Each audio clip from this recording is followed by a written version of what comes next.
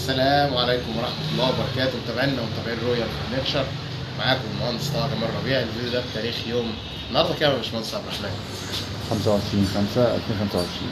25/5/2025. الله أكبر، تاريخ مميز ده.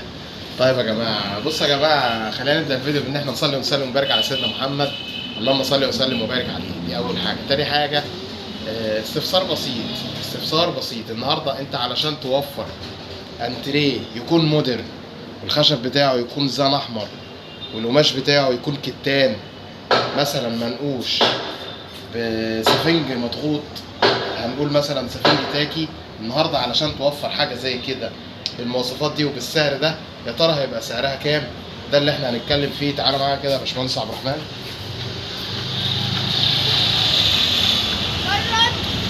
يا جماعه الانتريه دوت عباره عن كنبه كبيره 3 افراد، وكنبه صغيره فردين، وشيله اسفنج تاكي بالكامل، والقماش بتاعه كتان مريح جدا في القعده بتاعته، واتنين كرسي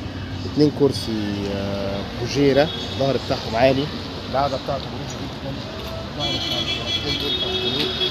بص يا باشمهندس عبد الرحمن، الرجل دي اسمها رجل مخلب، رجل الزان دي اسمها رجل مخلب. دي ما تتعملش الا لو في انتريه. بص السمك بتاع رجل الانتريه دي، لو حاجه غير الزان تقطم على طول. الطقم ده خشبه بالكامل زان، الطقم دوت النهارده علشان يتعمل سعره يعدي، مش هنقول يتعمل بكام.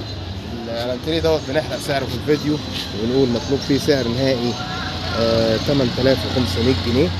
عنواننا بالتفصيل: المطرية القاهرة 73 شارع الترولي قدام مسجد التوحيد، أرض المعسكر. وأسفين لو كنا طولنا عليكم. السلام عليكم ورحمة الله وبركاته.